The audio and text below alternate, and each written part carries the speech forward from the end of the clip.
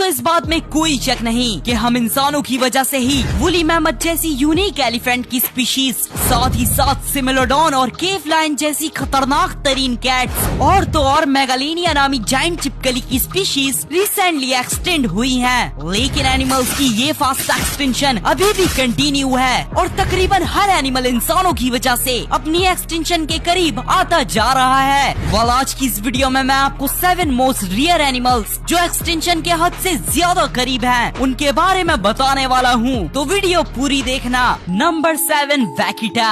ये अब तक की सबसे छोटी सटैशियन की स्पीशीज है। सटैशियन डॉल्फिन और व्हेल्स जैसे वाटर मैमल्स को कहते हैं। वैसे सटैशियन इस दुनिया में 50 मिलियन ईयर्स पहले पाकिसीटस नामी 4 पैर वाले जानवर से इवॉल्व हुए थे और तो और पाकिसीटस मॉडर्न डे पाकिस्तान में रहा करते थे। बहरहाल वैकिटा मैक्सिको में एक छोटी सी रेंज में पाई जाती है। 1997 में वैकिटा की पॉपुलेशन 600 थी, लेकिन 10 साल बाद इनकी पॉपुलेशन 150 हो गई और फिर फाइनली 2018 में इनकी पॉपुलेशन सिर्फ और सिर्फ 19 रह गई और अब माना जाता है इस दुनिया में 10 से भी कम वैकिटा बची हैं। इनकी इतने फास्ट पॉपुलेशन कम होने की वजह इंसानों के जरिए की जाने वाली वाटर पोल्यूशन है और तो और वैकिटा वाटर मैमल हैं, इसलिए इन्हें पानी के ऊपर सांस लेने आना पड़ता है। इसी वजह से ये फिशरमैन की नेट्स में आसानी से आ जाती हैं। Number 6 Chinese giant salamander. ये सलामांडर इस दुनिया के सबसे बड़े एम्फीबियंस हैं, जिनकी लेंथ इंसानों से भी बड़ी होती है और तो और इन्हें लिविंग फॉसिल्स भी कहा जाता है।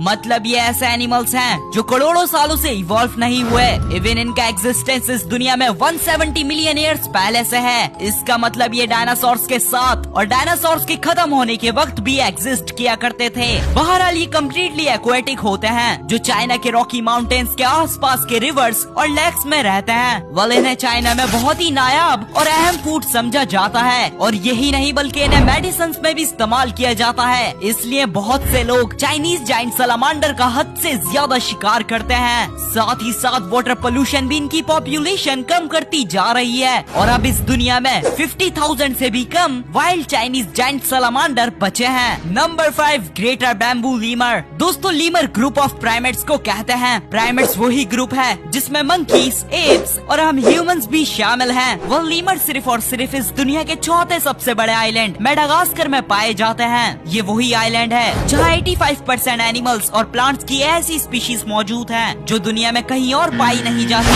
बहरहाल लीमर्स की 100 से भी ज्यादा स्पीशीज हैं और उन्हीं में से एक ग्रेटर बैम्बू लीमर है, जिनकी डाइट कम्प्लीटली बैम्बूस पर बेस्ड होती है और तो और ये अपना ज्यादातर टाइम बैम्बूस पर ही स्पेंड करते हैं, बिल्कुल पैंडा बियर्स की तरह। लेकिन पिछले कुछ सालों में इंसानों की वजह से मेडागास्कर के फॉरेस्ट खत्म होते जा रहे हैं और इसी वजह से ग्रेटर बैम्बू लीमर की पॉपुलेशन हद से ज्यादा कम हो चुकी है। इवन एक दफा तो इन्हें एक्सटेंड भी डिक्लेयर कर दिया गया था, लेकिन बाद में 1986 में इनकी छोटी सी पॉपुलेशन रीडिस्कवर हो गई थी और अब सिर्फ और सिर्फ इस दुनिया में 500 से भी कम ग्रेटर बैम्बू लीमर बचे हैं। Number 4 Sumatran rhinoceros. मैंने आपको अपनी प्रीवियस कुछ वीडियोस में आइस एज के जायंट वुली राइनोसेरोस के बारे में तो बताया ही था कि किस तरह से इस घने बाल वाली राइनोसेरस की स्पीशीज इंसानों की हद से ज्यादा हंटिंग की वजह से 10,000 साल पहले एक्सटेंड हो गई थी। लेकिन मिलिए इन्हीं के closest living animals Sumatran rhinoceros से। ये राइनोसेरोस की वाहिद ऐसी लिविंग स्पीशीज हैं जिनकी बॉडी में हेयर्स होते हैं, बट ऑफ कोर्स ये हेयर्स एक्सटेंड हुए वुली राइनोसेरोस के मुकाबले काफी कम होते हैं। और तो और सुमात्रन राइनोसेरोस अब तक की सबसे छोटी राइनोसेरोस की स्पीशीज है, जो सिर्फ और सिर्फ सुमात्रा और बोर्नियो आइलैंड में पाए जाते हैं। लेकिन एक वक्त ऐसा भी था जब इनकी पॉपुलेशन इंडिया तक फैली हुई थी, बट इंसानों की बढ़ती हुई आबादी ने उन फॉरेस्ट को तबाह कर दिया जहां सुमात्रन राइनोसेरोस कभी रहा करते थे। सुमात्रन राइनोसेरोस की 1986 में 800 पॉपुलेशन थी, बट प्रेजेंट डे में इस दुनिया में सिर्फ और सिर्फ 34 ही सुमात्रन राइनोसेरोस बचे हैं। Number 3 Saint Lucia racers. दोस्तों ये स्नेक्स इस दुनिया के सबसे रेयरेस्ट स्नेक्स हैं, जो कैरेबियन सी के सेंट लूसिया नामी आइलैंड में बड़ी तादाद में पाए जाते थे।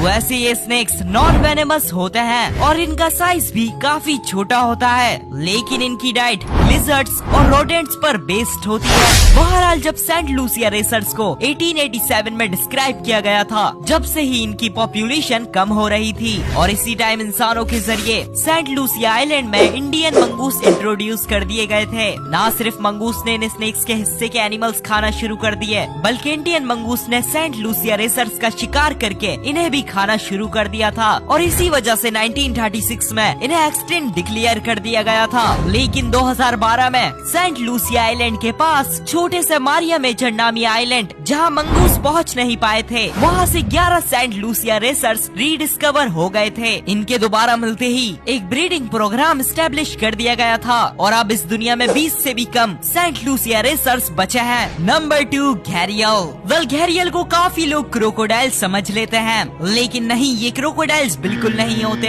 क्योंकि घैरियल डिफरेंट फैमिली को बिलोंग करते हैं। बट ये और क्रोकोडाइल एक ही ऑर्डर क्रोकोडिलिया के मेंबर हैं, इसलिए ये दोनों एनिमल्स देखने में एक जैसे दिखाई देते हैं। लेकिन घैरियल के जॉस नोकीले और काफी पतले होते हैं और वहीं क्रोकोडाइल के पास चौड़े और बड़े जॉस होते हैं, इसलिए इन दोनों एनिमल्स का फर्क इनके जॉस को देखकर लगाया जा सकता है। वेल, घैरियल्स अपना ज्यादातर टाइम पानी में स्पेंड करते हैं और इनकी ज्यादातर डाइट फिश पर बेस्ड होती है। वैसे इस दुनिया में एक टाइम ऐसा भी था जब घैरियल पाकिस्तान से लेके म्यांमार तक फैले हुए थे, बट अब ये सिर्फ और सिर्फ इंडिया और नेपाल में ही पाए जाते हैं। बहरहाल इस दुनिया में अब सिर्फ और सिर्फ 650 से भी कम घैरियल बचे हैं। वेल, इनकी इतने फास्ट पॉपुलेशन कम होने की वजह इंसानों का हद से ज्यादा घैरियल के इलाके में इनकी सबसे अहम खुराक फिश का शिकार करना है। नंबर 1, ककापो।